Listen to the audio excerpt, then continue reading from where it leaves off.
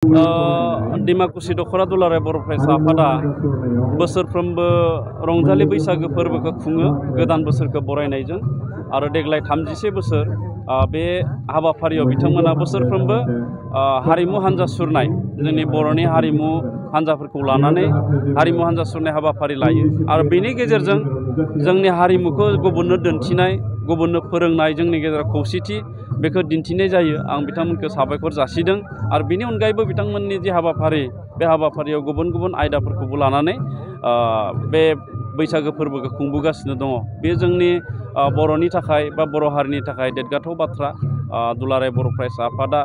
सोलोंथाइल' नङा रांखान्थिल' नङा गोबां बिथिङाव खामानि मावनाय बायदि हारिमुनि बिथिङावबो बिथांमोना जोंनि ट्रेडिसनखौ जोंनि दोरोङारिखौ लाखिनो थाखाय खामानि मावनाया जोबोद बाख्नायथावना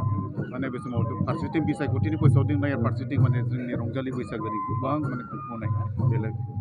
एबारनि बिसायख'थिया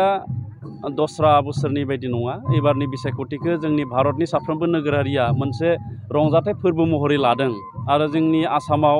बैसागुजों गोलैनायलाय बारो बांसिनहै माने गोजोनथाव आरो मोनसे रंजाथाव फोरबो बायदि जाहैदों दा बेखायनो दिनै गिबि खेबनि बिसायख'थिया जादों आपार आसामथिं आं बिथांमोननि बिजाथि साफ्रोमखौबो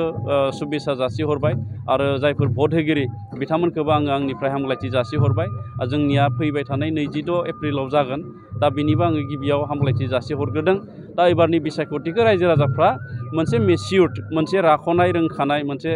राजखान्थि बायदि बाहागो लादों दा बिनि थाखाय आङो साबायखर जासिहरो गोबां दामजुफ्रा दिनै GI टेग मोनदों बे बेलायाव बे बर' हारिनि जोंनि हारिमुनि बाख्रिखौ आबुं खालामफैबाय आरो बेल' नङा बड'फा उपेन्द्रनाथ ब्रह्मनि जि सिमां बर' माहारिखौ बुहुमाव गायसननाय बर' माहारिखौ बुहुमाव सिनायथि होनाय बेयो मोनसे आगानसे आवगायनाय आरो बिनि थाखाय जोङो